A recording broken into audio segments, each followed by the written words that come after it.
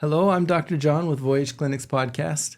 Our mission with the Voyage Clinics Podcast is just to help families learn and grow. And in the medical space, I'm a family physician. My guest today is Dr. Alireza Falahati. He's a endocrinologist. And we spoke a while back about sugar, about diabetes, the pancreatic gland. And today we're really gonna dive more into some glands in our bodies. Right. So one of the most common things that I see is thyroid gland dysfunction. Yes. Back in the dirty 30s, everybody was eating potatoes and there was no iodized salt, and so people started getting these goiters. And then we introduced iodized salt as a public health initiative, and the goiters went away. Iodine is a really integral part of our diet. I'm seeing some interesting thyroid findings now with this sea salt and like kosher salt and red lands, all these different types of salts that aren't iodized. Are you seeing any dysfunctions just from the lack of iodine in our diet? We're not a kelp and seafood culture in general. That's right. Especially in our region, you see that more often. It wouldn't happen in areas like San Francisco, for example, where pretty much everybody, one way or the other, is exposed to some real seafood, right? Yeah. But with the emergence of these new salts, and who knows what the iodine content is, most of the time it's just sodium chloride with different colors, or there may be some other minerals in it. But the key mineral that we need for the health of our thyroid is iodine, as you know. And so you do see a slight increase in iodine deficiency related thyroid issues. That definitely is the case. And again, one simple supplement that I recommend to my patients to take as just a daily supplement if they cannot keep up with iodized salt is kelp. Kelp. Which is pretty much seaweed in powder form, put in a capsule, even as a supplement. And it has plenty of iodine. One kelp capsule a day. Love it. Is plenty. Just for optimal thyroid function. That's right, yes. Especially in people who have a family history of thyroid disease or they have the tendency to have thyroid issues, I think it would be a great idea. Absolutely. Love it. So there are cruciferous vegetables that have the goitrogens in it. They tend to block the utilization of iodine in creating some of the thyroid hormone. Yes. How worried should we be about that? Cruciferous vegetables are cauliflower, broccoli, chard, kelp, or not kelp, but which one am I thinking of?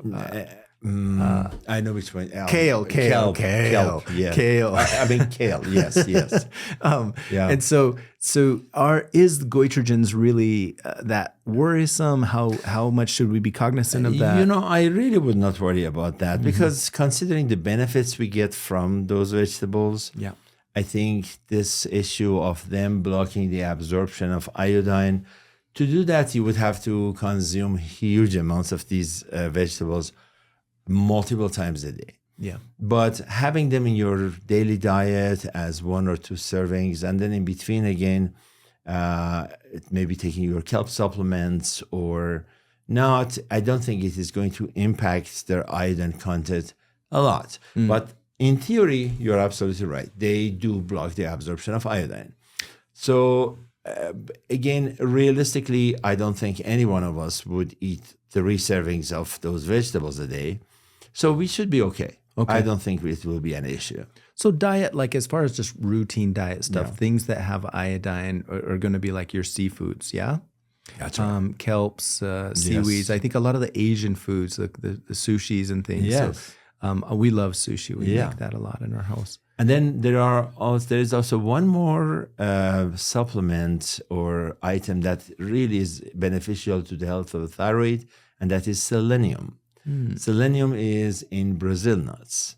And selenium has been proven to be the only substance that lowers the inflammation in the thyroid and also lowers the thyroid antibody levels.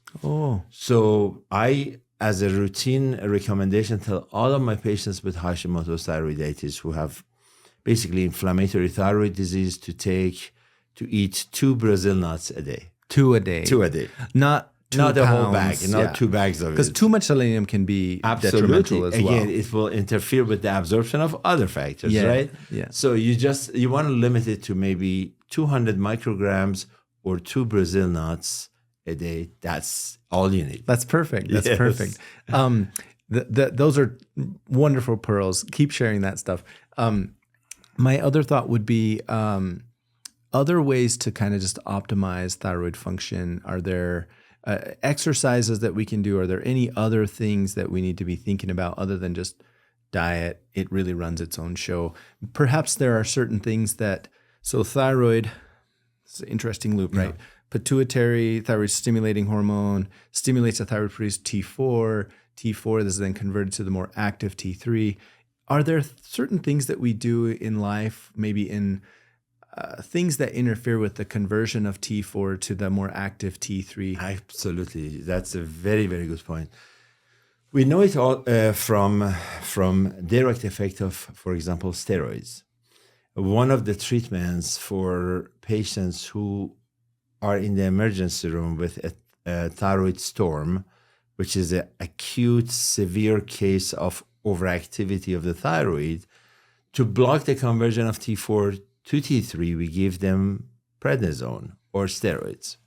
So one thing that has been hypothesized has been high stress life. So stress leads to high cortisol levels. Yeah. High cortisol levels block not only the conversion of T4 into T3, so you end up producing less T3, which is the effective form of thyroid hormone, or active form of it, but also at the same time, we know that autoimmune diseases do flare up with high stress lifestyle. So stress meaning not only stress that we all know, but also sleep deprivation, lifestyles that, let's say, alcohol, cigarette consumption, and so on in excess, that would also lead to high stress. And so there is this vicious cycle of high stress leading to triggering inflammatory response or autoimmune diseases. At the same time, high stress leading to a high cortisol level. Cortisol, some people believe, leads to excessive weight gain, fatigue, and so on. But not only that, it also blocks some of the conversion of T4 into T3, which again leads to fatigue and more weight gain, right? Oh, yeah. This is a really great point. It turns out the Europeans are right. Yeah, honestly. They have such balanced lives. I'm going on holiday for 6 weeks. Holiday is the highest priority there. Yes. We need to get better at that for sure. We are such a capitalist society. Let's work harder. Let's make money. Let's go. And taking time to just breathe. I went to a conference on we do these continuing medical education conferences, you know. And I went to one, and there was a presenter presenting on, really funny, nature medicine. Yes. And nature as medicine for us to go out in nature. And they did studies on people who spend time in nature, breathing and smelling the earth and seeing the things. And they had less weight gain. They had less heart attacks, less strokes. They live longer, happier lives. Yeah. Big surprise. Cortisol probably plays a massive role. And I'm sure they were also more active in the nature. Totally. Going up and down the hills and walking around. Yes, that's right. As long as we're not drinking Mountain Dew the whole time. That's right. Which is what I do. Yes. Just kidding. I don't do that. Or Red Bull. Or Red Bull. So this was really good. So we talked about optimizing our thyroid with diet, things that we can avoid. Are there metals or anything that get in the way of that conversion? Anything else that gets in the way of the conversion of T4 to T3? What that is to our listeners, T3 thyroid really controls our metabolism. It controls our energy levels. If we are what's called low thyroid, hypothyroid, we're going to be sluggish, tired, weight gain, all these things. And if we're hyperthyroid, we're going to be really amped up, difficulty sleeping, diarrhea, like losing weight and things like that. On the hypothyroid state, there are a lot of confounders, as you mentioned. Just a high cortisol state can lead to signs and symptoms that mimic hypothyroidism, or for even blocking that T3 to T4 to T3 conversion. Are there other things diet-wise that we should be conscientious of the conversion there, or metals or anything else that kind of inhibit that? I know there are medicines. So, I mean, we prescribe medicines that do that sometimes, beta blockers and things That's like right, exactly. But, I am not 100% sure on metals or heavy metals and so on. I am sure they do carry their share of impacting our health at different levels, but direct impact or direct correlation with thyroid function or thyroid dynamics, I am not aware of that. that. Okay. But at the same time, following diets, and there are experts in our area that really propose that, where they really focus on lowering inflammation in our gastrointestinal tract to really optimize, because some of our thyroid hormone recirculates. It goes through the bile, and from the bile, it gets reabsorbed and comes back into our body. And so our gastrointestinal tract, if we do not have a normal functioning gastrointestinal tract or gut flora, for that matter, then this cycle or recirculation of the thyroid hormone may also partially be affected. So that's very important to have a balanced nutrition, following diets that we know make us feel good and are not necessarily trigger factors or triggers for inflammation in our gastrointestinal tract.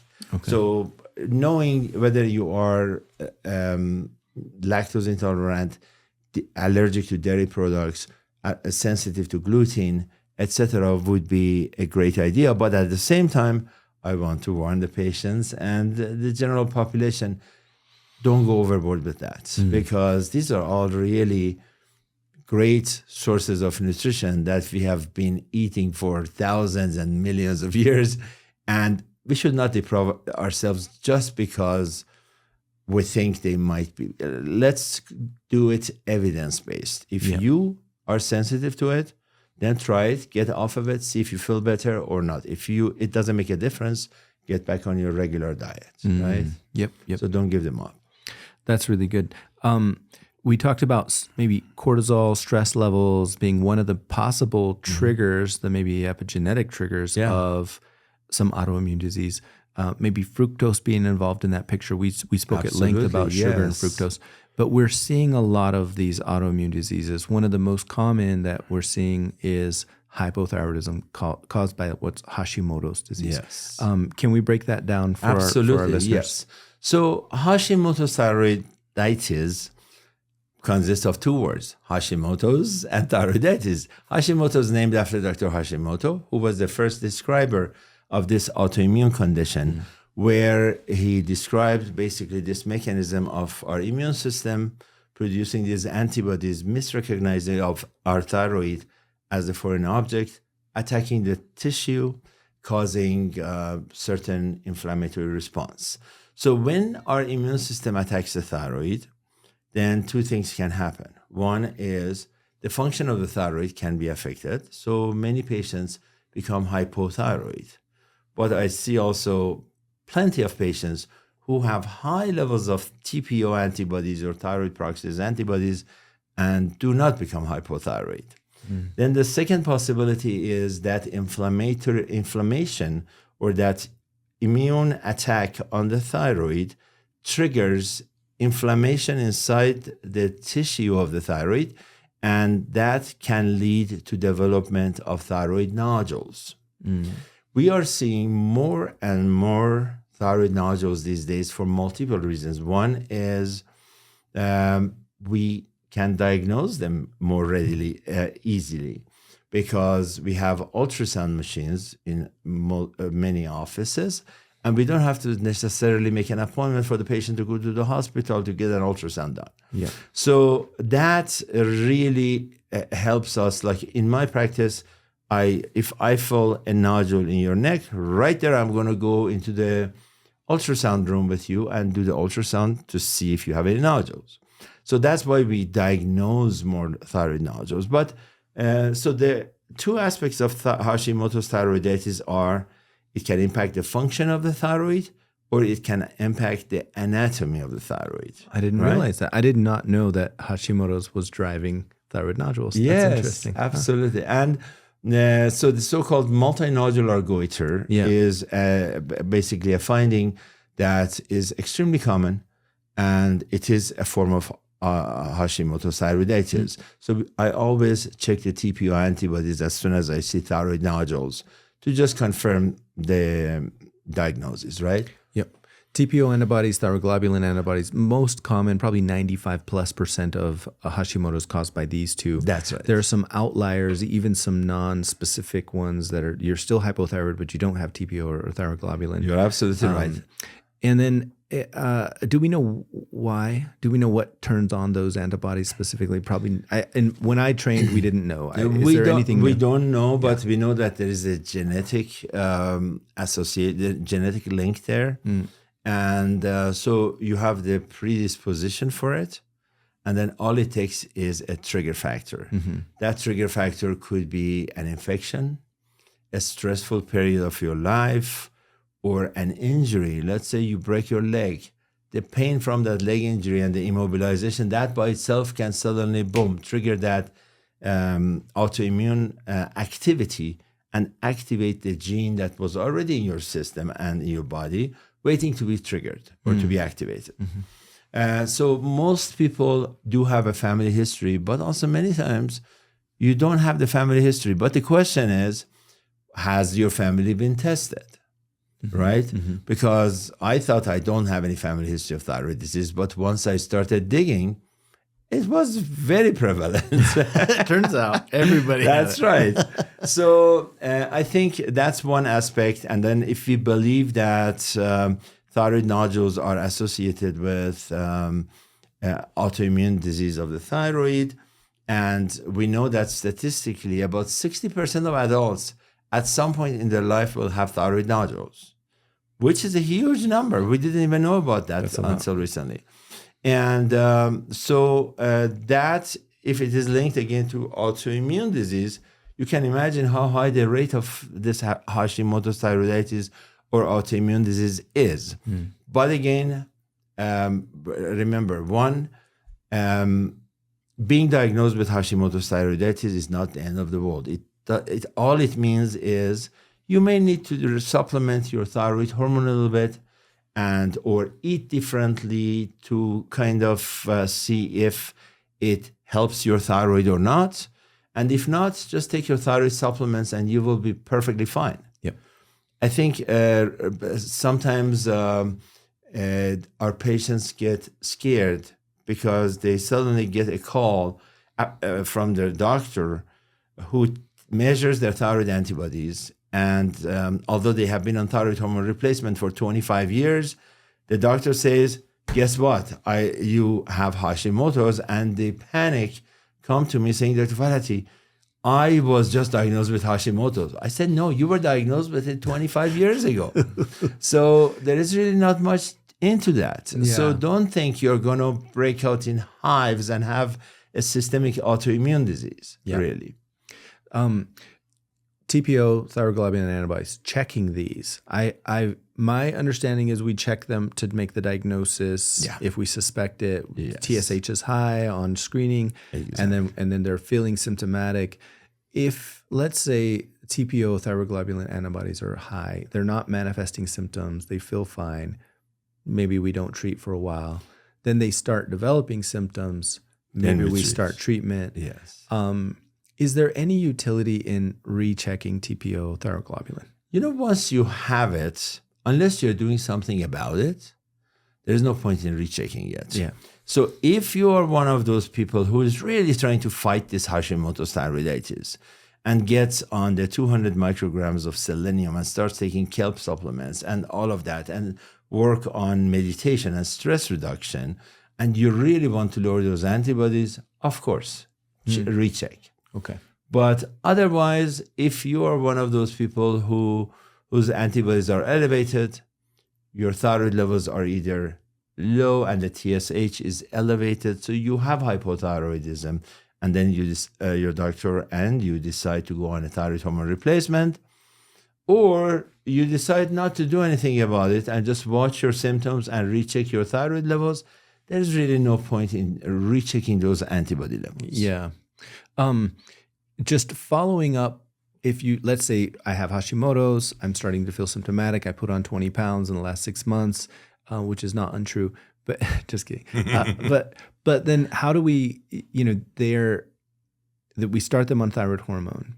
We check them every 6 weeks, 6 to 8 weeks, just because it takes a normal state to kind of get that. And then we just get them to steady state. That can be a tough journey for people because they're impatient. They want to feel better now. And we have to kind of bring them up slowly, checking every 6 weeks, adjusting doses every 6 weeks. It could take 6-8 months to get them steady state and feeling better and looking better. Yes. Is there any utility in what's the risk of maybe over treating? Yeah. And then I want to talk about the T3 piece as well. Go Absolutely. Ahead. So first of all, if you are dealing with a younger patient, I would say be generous, even overestimate if you need to. You can always back off. Sure. That saves you some time of dragging and the patient be getting frustrated. Yeah.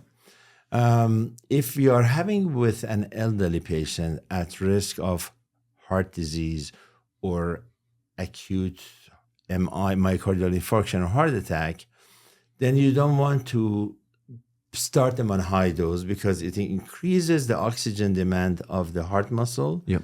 And they can experience some significant heart problems. Yeah.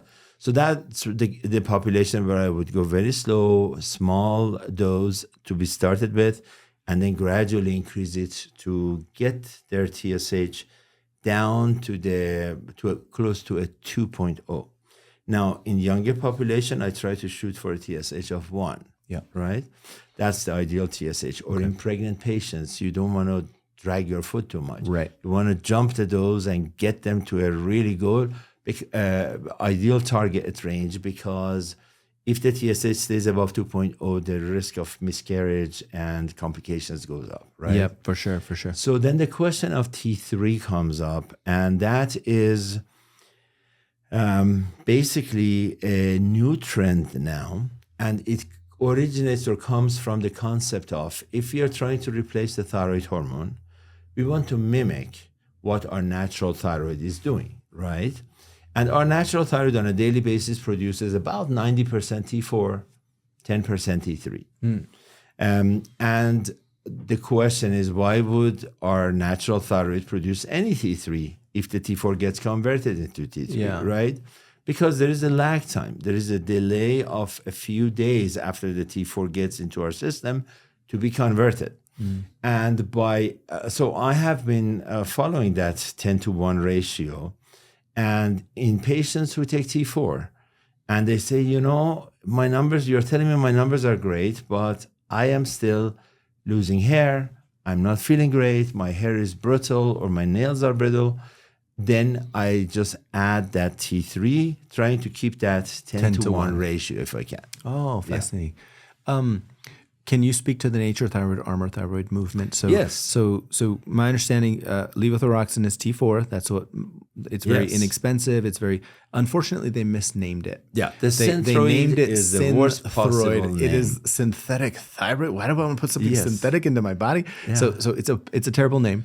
And I think that creates a mental aversion toward T4 in a lot of my clients. I see that. Totally understandable. But then the Nature Thyroid named it very well, and Armour Thyroid named theirs very well. Yes. And so the name triggers it's a natural thyroid product, absolutely. so it must be superior. Exactly. So let's speak to that just quickly. So Armour Thyroid, Nature Thyroid, NP Thyroid, those are the current available desiccated thyroid hormones. Desiccated means basically the ground up pig's thyroid, right? So this is literally everything that is in pig's thyroid converted into a powder form and eventually in a tablet form, right? So that's important for folks to understand. Like you're just taking a capsule of dried pig thyroid. It's basically concentrated pig's thyroid. Yes. And by doing that, there is nothing natural for a human to take pig's thyroid, because pig's thyroid, first of all, produces different ratio of T4 to T3. Right. So the ratio, right, in Armour thyroid is 80-20. We want to shoot for 10 and 90-10, right? So we need more T4, less T3 as humans. And that's why most Armour thyroid, nature thyroid, and P thyroid patients who go on it, at first they love it because they experience the T3 kick. It's an immediate acting thyroid Because hormone. of the 80-20 Yes, instead of 10. exactly. Wow. And then they start having issues. They feel tired and they are jittery and anxious. They cannot sleep. At the same time, tired and exhausted because of lack of T4 and excess of T3, right? So, and there is no way for us to adjust the dose. Let's say you do a blood test, T3 levels are high, T4 levels are low. What do you do? Which way do you go? You can't. Yeah. So that fixed ratio really ties your hands. Whereas what we do is 2 separate prescriptions of T4 and T3. Yep. Now I can adjust them in any way I like and That's I need beautiful. to, right? So that's the thing. And, one very quick analogy that is a little bit too strong maybe, but I tell my patients, I'm like, imagine you wake up after a car accident in a hospital and the orthopedic surgeon comes to you and say, hey, your leg, you have lost your leg. We need to get you a new leg. I can either go down the street to the local butcher shop and get you a pig's leg, or I can take a few of your cells, your own cells, take it to the lab, grow a human leg with your own genes and bring it back to you. Which one would you like, natural or synthetic? So I think the answer is pretty clear because we want what our own genes. And that's Synthroid. Now, there are some better names for it. Now, one of my favorite brands is Euthyrox, which is a brand from Germany, readily available in US, cheaper than generic. Really? Yes. I didn't know that. Literally, a 3-month supply is like $15 to $20 Wow, for Euthyrox. 90 days. Okay. And then also Levoxil is another one. Yeah. And then there are a few other names out there. But again, but either one of them, the brand name versus generic also is an issue. Sure. It's always an issue of cost because brand names are a bit more expensive for the pharmacist especially, and their profit margin is much narrower. Whereas the pharmacist's profit margin on the generic is much higher. So you go to the pharmacy with a prescription for your Euthyrox, the pharmacist says, well, why do you want to take the brand name? This generic is as good. Just have your doctor call in and change the prescription. Or sometimes they don't. They just change it. So because there is more profit in it for them. Oh, interesting. But in terms of accuracy, these brand names are supposed to be plus minus 2% accurate. Whereas the generic is released to the market, approved by the FDA, as long as they are within plus minus 20%. Whoa. It's huge. Whoa. That's why on the same dose of your levothyroxine, if you go to Smith's versus to Walgreens versus to CVS, you get 3 different potencies. And levels are off. You're like, what happened? I haven't changed my dose. Well, look at the shape and looks of the tablets. They look differently. This is what I tell my patients if they've been on it for a long time and the shape or color or anything changes about that tablet and they start feeling off, it could 20% different. Yeah. I thought it was less than that, but that's a It's significant huge. difference. Yes. That being said, if they are on a generic, they're going to the same place, it's the same pill, same color. That is you perfectly can just fine. titrate that Absolutely. to whatever dose they want. And again, let's say that manufacturer the pharmacy purchases it from has a correction factor of minus 5%. Right? It is across the board. So it really doesn't matter. As long as you stay with that pharmacy that stays with the same manufacturer, you're going to get the same potency or same correction factor for all doses. So it doesn't really matter. We can adjust them and not be puzzled by why are your levels off. Whereas if the shape of the pill changes or the pharmacy is switched, then it's going to be an issue. So we need to recheck and readjust. A lot of people are concerned with taking a hormone that it will shut down their gland's innate ability to produce this hormone. Yeah. And that is the case in some situations, adrenal glands, testicles, or gonads. Yes. But in this situation where you have an autoimmune function that is attacking the thyroid gland, inhibiting its ability to really produce, it's similar to type 1 diabetes, right? You've got the beta islet cells that are getting attacked in an autoimmune process, and then it just doesn't produce insulin anymore. Yeah. So giving them insulin doesn't change inhibit their ability. It doesn't change it. It doesn't inhibit their ability to produce more insulin. Similarly, here with Hashimoto's, I think it's a common misconception. Someday I want to get off of my levothyroxine or my thyroid hormones. It is just not in the cards. It is not the physiology of this process. Absolutely right. There is no evidence that taking thyroid hormones, let's say you have a borderline case of hypothyroidism, and you are hesitant to take it to feel better because you're worried about long-term dependence on the thyroid hormone because it will suppress your thyroid gland. Yeah. That is absolutely wrong. Yes. There is actually some evidence even that if you take the thyroid hormone at early on, if there is any chance of recovery from that hypothyroidism, by giving your thyroid a break and letting it rest, it can recover better. So really, there is no harm being done in taking it and then stopping it when you don't need it later on. That is fascinating. Yeah. That's beautiful. The thyroid, with regard to Hashimoto's,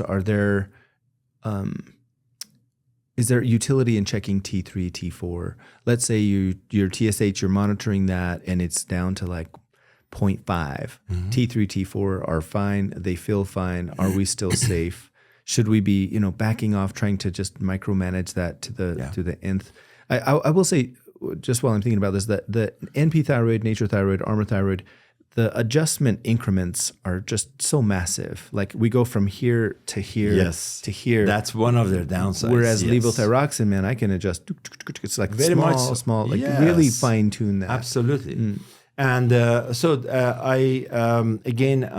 absolutely right. Those natural thyroids, huge increments between the doses. So if you want to just make a small adjustment, you cannot. Whereas with these medications, you definitely can adjust and correct the doses.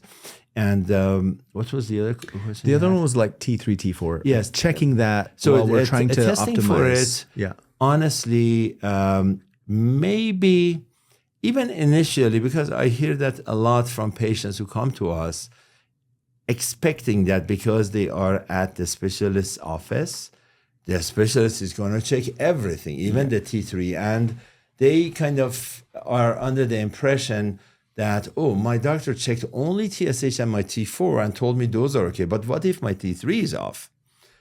That will not be the case.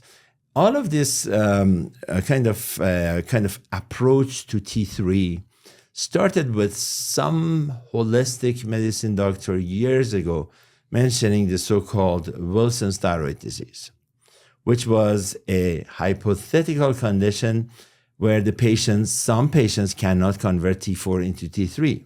So the T4 looks normal. It gives feedback to the pituitary. TSH levels are normal, but the patient is T3 deficient. What's the incidence of this? There is no such a thing. And it may be in the ICU setting, if you are really septic and starving. ill, cellular starving, and your body shifts the T4 into reverse T3, which is again a huge area of disagreement between traditional medicine and holistic medicine, as you know. But there is no point in checking the reverse T3 either, because we don't convert our T4 into reverse T3 unless we are acutely ill and the body has decided to convert it that way to really lower the effect of our thyroid for whatever reason, right? So and reverse T3 does the opposite of T3, basically. Yeah, reverse T3 metabolically is an inactive form of T3. And that is basically a kind of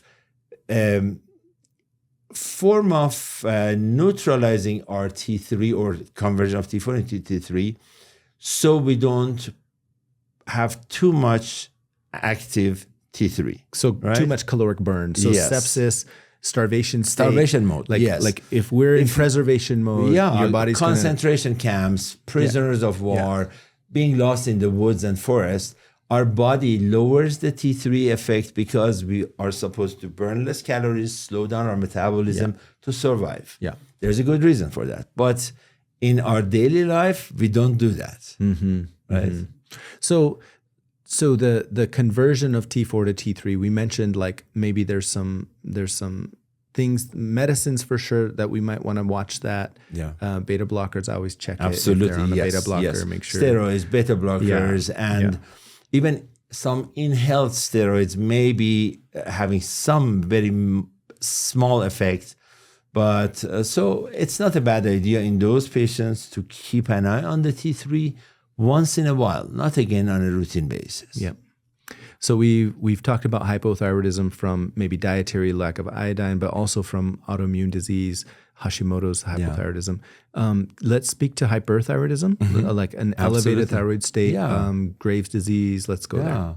So there are, to kind of simplify the concept for my patients when I'm in the exam room and talking to them about their overactive thyroid. Oh, before we go into Graves, sorry. Yeah. When I was in residency in Jacksonville, Florida, so this is a great story. So Jacksonville, Florida, I have this gal, she comes in and she's speaking really slowly. And we're in the South, but not everybody speaks this slow. And she's got sausage fingers. Whoa. And she's got dry, cracked skin, and her face is really swollen, and she is really mentally, cognitively slow. And her daughter's with her, and I said, "Well, what's going on?" She's like, "This is not my mom." And I said, "Well, what do you mean?" She says, "Over the last several months, she's just become this, and I don't know what's going on. I don't know if she's having a stroke. What's going on?" And we check her, and she's in like myxedema. Yes. Right next to a myxedema coma, right next next to death. Yes. So this is severe hypothyroidism. Yes. And we actually put her in-house in the ICU on IV thyroid, and we heart monitors, all kinds of things. We put thyroid hormone right into her veins. And, and she turned around beautifully in the hospital. She started speaking like normal cadence, normal tones. Her swelling started to come down. I saw her in my office a few weeks later, just like 2 or 3 weeks. I said, "Well, who's this person?" I did not even recognize her. She significantly looked way different, and it's profound, the effects of thyroid on our bodies. Absolutely, yes, you're absolutely right. And those cases still happen in this day and age. I have seen patients of mine who were on thyroid hormone replacement for many years. Then they lost their insurance, thinking, "Oh my God, I can't afford the thyroid medication anymore," not knowing that it would cost them maybe $4 a month. Yeah, it's cheap. Yeah. Yes. Yeah. And stopping the thyroid medication altogether, and 6 months later, half comatose, admitted to the hospital, just about to have multi-organ failure, and basically die. My take-home point from our conversation on Hashimoto's hypothyroidism is, don't stress about it. Yes. Take a thyroid hormone. It is super okay. Just like insulin, like if you have type 1 diabetes, you take insulin. You don't stress about it. Exactly. You just take it. And it's what your body needs, and it'll be fine. Absolutely. And do not feel like it is the end of the world. This is such a simple condition that is so easily treatable. And it is really not a big deal. Yeah, that's beautiful. Absolutely. I have some folks that are really stressed about Hashimoto's, and people out there, and there's a lot of like, you have to eat this or do this if you have Hashimoto's, and I'm like, no, you just need thyroid hormone. I think even though we are also on social media, but there is so much going on in the other extreme. There are people with zero medical background who have made a career in Hashimoto's. There is a person in Europe, in Germany, and when you look at her background, she really went to medical school for like 3 months, then she dropped out, decided to get into Hashimoto's thyroiditis. And now she claims to be an expert, and the things she says online is just beyond anything I have heard, and so misleading. And unfortunately, there is no law against people really misleading the patients, the population, in the wrong direction. People get so sophisticated in that misleading space. And that's one of the reasons I made this podcast, because I just want doctors, scientists, like reasonably trained, board certified folks that that have been vetted and just give good information. And where I will be the first to admit I don't know everything, and I don't think science knows everything, but it knows quite a bit. Yeah. But these other folks that are out there spouting these other things like they know things, like they are definitely not there. And their very first step is their absolute first comment and first thing to try to tell their patients or their followers is doctors know nothing. Yeah. And they don't want you to know everything Yeah. about your thyroid. Well, by doing that, you're already creating that Distrust. Distrust. Yeah. Yes, exactly. That's brutal. We saw it, that we are in the age of misinformation, and it is really dangerous. And too bad there is no regulation for that. I wish there would be a body of I'm not saying like in some dictatorships, but just some ethical team of experts just saying this is wrong what you're doing here, I agree. and you should not be doing that. I agree. Right? I mean, you pour gas on the fire if you do that right Yeah. now, because then you're censoring the people that are telling their these doctors, they don't know what they're. Yeah. You'll just pour gas on the fire. So to me, we just have to have enough reputable people that are well trained, with reasonable understanding. We're not like totally drastic over here, drastic over there.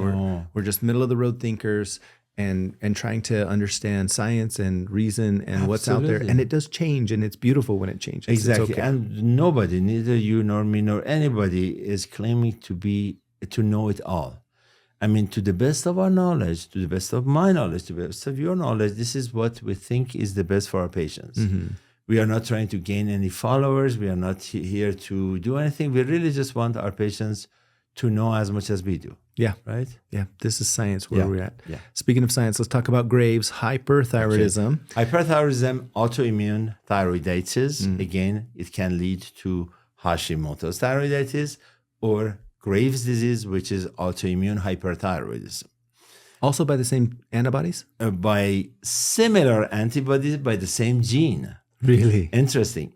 The same genetic defect can literally target the TPO or thyroid peroxidase, or the thyroglobulin production line, or it can target the TSH receptors, right? That's why we measure TSH receptor antibodies in case of Graves' disease. Interesting.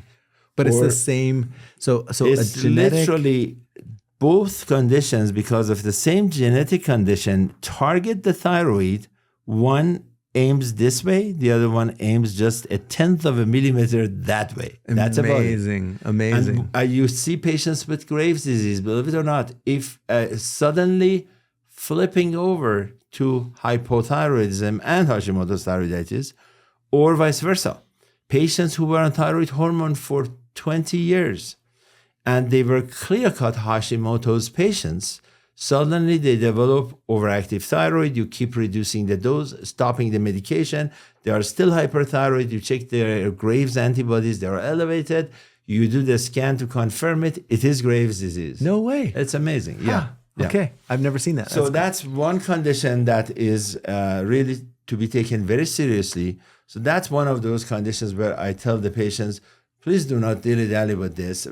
This is something we need to take action immediately and diagnose and treat. Mm-hmm. And now what treatment you want to choose, that's up to you, but we need to treat you. Then there is, of course, another long-term hyperthyroidism condition. We don't know exactly what the cause of that is. That is when patients have the so-called toxic or hot thyroid nodules. Yes. That is, instead of the entire thyroid gland being overactive, it's just certain spots or nodules inside the thyroid that is just overactive. It's also known as autonomous thyroid nodules. They just produce thyroid hormone regardless of what the TSH levels are or what the body's needs are. And it's not as aggressive as Graves' disease is, but still it's one of the conditions where you have long-term hyperthyroidism. And that's why you do need that so-called thyroid scan, which is a nuclear medicine test. Now, the third possibility is a temporary hyperthyroidism, which is not an autoimmune disease. It is more due to your thyroid getting infected with a common cold virus, a long list of viruses, including COVID. where the entire thyroid gland gets infected. It starts leaking its stored hormones that are enough usually to supply your body for a whole year. Suddenly it floods your blood with thyroid hormone, and that leads to hyperthyroidism. But that is a self-limiting condition where after 2 to 4 months, everything returns back to normal. We don't need to do much about it other than treating the symptoms. So those are the 3 most common causes of hyperthyroidism. Again, Graves' disease, you see typically family members with Hashimoto's thyroiditis or thyroid nodules or Graves' disease. So it kind of comes in all kinds of shapes and forms. Wow. Yeah. This is not from something I ate or something I did. It just happens. The autoimmune. The autoimmune space leaves so much room for this age of misinformation. Exactly. And it's That's just so right. Because science is like, oh, this is all we know. And then other people are like, oh yeah, well maybe I can fabricate something really cool that everyone else will listen to. Yes. It's really tricky. Graves' disease treatment, what do we got? So the treatment options are usually a small dose of radioactive iodine that is just barely enough to get inside your thyroid and turn off the thyroid internally. In that case, the thyroid becomes inactive permanently, and then you would be on thyroid hormone replacement. The levothyroxine, like we talked about, just taking it. Yeah, exactly. It's fine. Your body does it. And that will be perfectly okay. Treating it will have no long-term impact on your health, quality of life, or anything. The second option is... As soon as you say that, I hear all the naysayers just saying, doctors don't know anything. I can just hear it. And we're going to get so much hate from this. Right? It's going to be awesome. The second treatment option is many times you have patients, young women, who are just about to start their family. They would like to become pregnant and have children. And they're like, well, if I go on that radioactive iodine treatment, the recommendations are not to become pregnant for 6 months, and I cannot wait 6 months. So in that case, an outpatient surgery would be a good option. Oh. It is literally, you meet with a thyroid surgeon, and they, with a small incision, or now in some centers on the East Coast, they do the scarless thyroidectomy, where they remove your thyroid from under your lower lip. Really? Yeah, they make an incision here, and then they create a channel down to the thyroid. Whoa. And with the robotic arm, they just go down there and remove the thyroid, and you're done, and you have no scar whatsoever, just if that's important. But usually the scar is very, very small, because our surgeons in our area, they use the so-called minimally invasive surgery, which is a really small incision and is not the old-fashioned scar from one end to the other end of the neck. You mentioned one of my favorite words, dilly-dally. Yeah. What happens if we do dilly-dally with hyperthyroidism? What is the multiple issues? What are the multiple? Yes. Yeah, they're bad. So one is, if you are, as a man or a woman in fertile years, your sex hormone production is shut off pretty much because of the massive stress on your body. So women stop having exactly that, and also direct impact on the pituitary, where the LH-FSH are being shut down. Yes. Oh. The second aspect of it is you end up literally creating a state of constant anxiety, right? And after having had this anxiety state for years, even if you treat your Graves' disease, you will still be a person with extreme anxiety or prone to anxiety. It will be very hard to reverse it and stop it.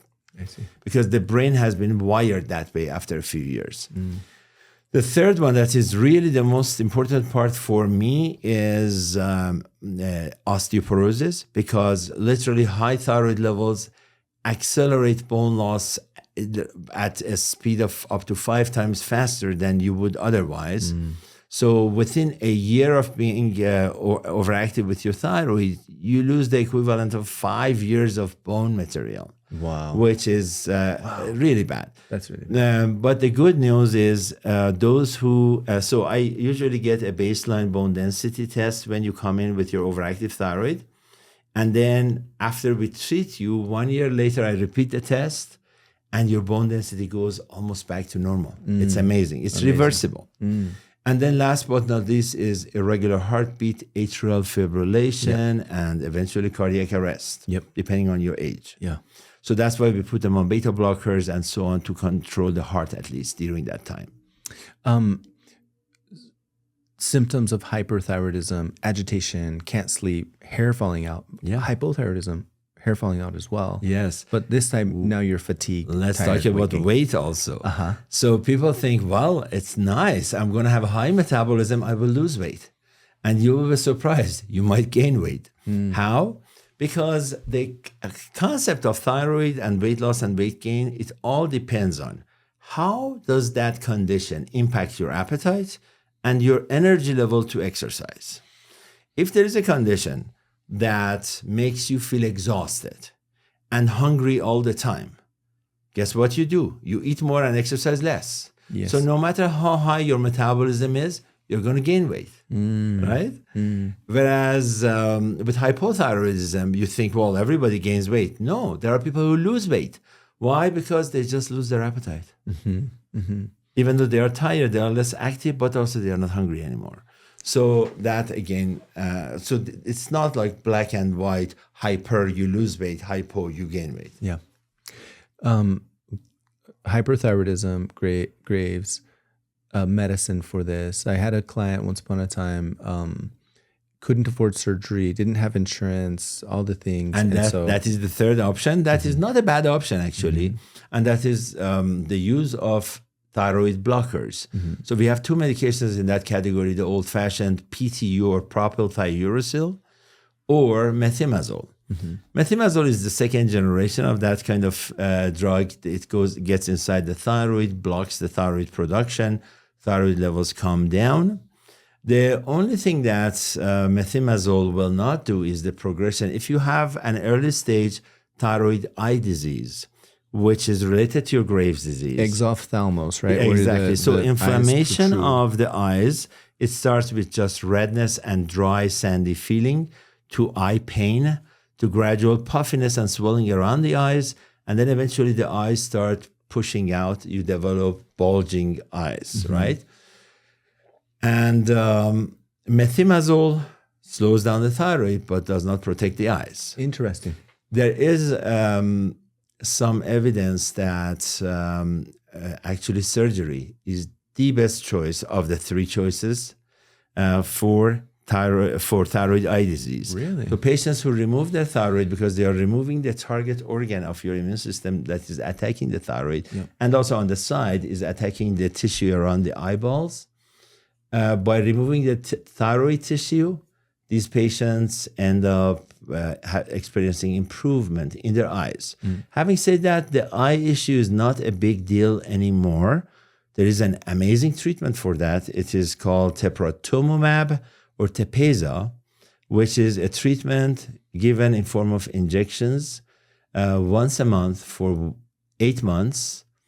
And the thyroid eye disease reverses and normalizes like as if there was never a problem. How new is that medicine? It has been around for about 2 years. Yeah, I've never heard of it. It's amazing. And I was always taught there's no treatment for it. Yes, And this is super. That's like Star Trek stuff. Really that's cool concept because they found out that the receptors for the tissue around the eyes is a mixed receptor for TSH and growth hormone. Right? You need to have both factors to trigger growth and swelling of the tissue around the eyes. So teprotumumab or Tepeza is a selective growth hormone receptor blocker that literally blocks those growth hormone receptors, part of this combined or mixed receptor. And as a result of that, TSH doesn't stimulate that receptor anymore, and the swelling goes down. That's amazing. Yes. That's Star Trek stuff. That's right. But so methimazole, going back to your question, is a great choice. There is a fourth emerging choice that I am working on, and a lot of people who are into radiofrequency ablation of thyroid nodules and thyroid tissue are looking into. and that is treating Graves' disease with radiofrequency ablation. Literally, in a few sessions, you start by using the radiofrequency needle. You zap certain areas of the thyroid in a very structured manner. And by doing that within 2 or 3 sessions, you return thyroid function back to normal. And there is some evidence now that even thyroid antibody levels go down. And these patients now, after 3 to 4 years after treatment, have been able to sustain and maintain a normal thyroid function, not losing the thyroid function, but also not becoming hyperthyroid. So far, so good. It's very promising, but that is not still recommended by American Thyroid Association, etc., not the standard of care. Not the standard of care yet, but might be coming. That may be down the road, yes. The thyroid nodules with the radiofrequency ablation, maybe benign nodules you can radiofrequency away. So literally up until 3 years ago, we used to send our patients to surgeons, even with benign thyroid nodules, if they were large enough or they were growing, even though we had biopsied them and they were benign. Now, they don't need to have surgery, really. We can literally shrink those nodules by 80 to 90% within 40 minutes, and they're done. That's amazing. They don't need any surgery. It's an outpatient procedure, no scars, no downtime, and they maintain their normal thyroid function. They don't have to lose their thyroid. Thyroid cancer, gold standard, is still surgery? It is still surgery unless it is smaller than 1.5 centimeters. Okay. Where, that's people like me, the interventional thyroidologist, zap the cancer, that single lesion, and make it go away. Okay. Yeah. Any other utilizations of the thyroid radiofrequency ablation? So Graves' disease is one new area, thyroid cancer, thyroid nodules. And also there are some patients who have this enlarged thyroid. It's like a true case of goiter. And we know it's not going to reverse. They are not iodine deficient, all of that, but it's just big and pressing on their neck. And we used to really just send them to surgery. But again, with radiofrequency, you can literally reduce the volume and the size of the thyroid and therefore have them keep their thyroid. You do these in your office? Yes. Sedation?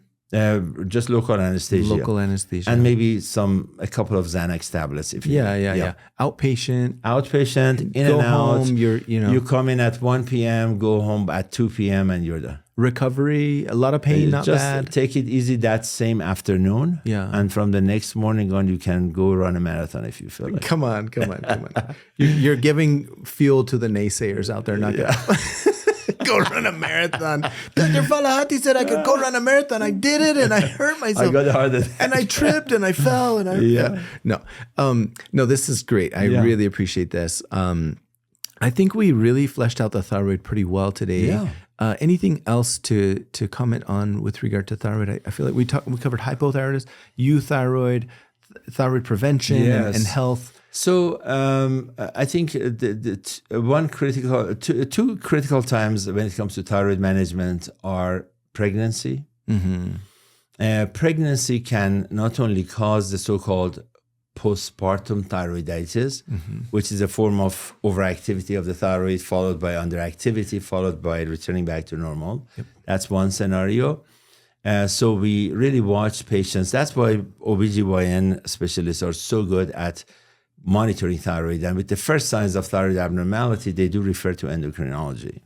But that's one scenario where we really need to stay on top of our game. Yeah. Second scenario is in patients who have had thyroid cancer, have had their thyroid removed, and their TSH needs to be really at a specific level of 0.1.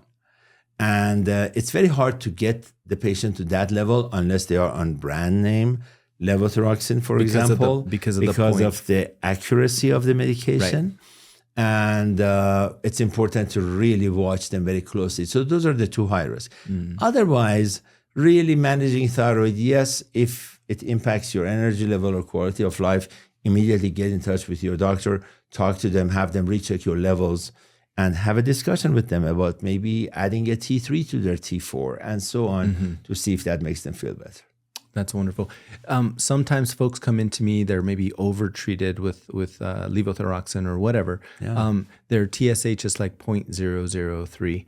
And T3, T4 might be normal-ish, but they still kind of feel bad. They feel tired. Is that from the increased cortisol and stuff like that? And should we back off of their dose, even though T3 and T4 are normal? You know, there are two types of patients. One category is they realize their thyroid levels are too high, their TSH is too low, and they're willing to work with you on adjusting it however you suggest. Yeah. That's easy. But then there are patients who really believe their life depends on the thyroid hormone. Yeah. And oh my God, Dr. Falahati, if I'm already feeling tired, if you cut back on my dose, I'm going to be dead. Yeah. No, that's wrong, because there is a really ideal range for thyroid hormone levels. If you are below that or above that, you're going to feel tired. Yeah. So work with us. Let's adjust it. Let's move you into that perfect range, and you will feel better. But if they are very sensitive to it, we just have to do it stepwise in very small steps. Yeah. That's about it. Beautiful. I wish we had more time. I wanted to cover adrenal glands today too, but we're going to take it one gland at a time. Absolutely, yes. And I would be happy to come back. I really think it's so important to provide our patients, our population, with as much information as we can, so they can make better decisions when it comes to their health. Yeah. That's our objective at the Voyage Clinics podcast. I hope you guys learned some cool stuff. Thank you, Dr. Falahati, for being so a guest much, with Dr. us. Sanders. So I fun. Appreciate it. Thank you. Thank you very much. We'll do this again. Yes. Stay tuned. We're going to address adrenal glands and gonads. We're going to go into testosterone, all of it. estrogen, all those things. It'll be super fun. I would be happy to. Yes.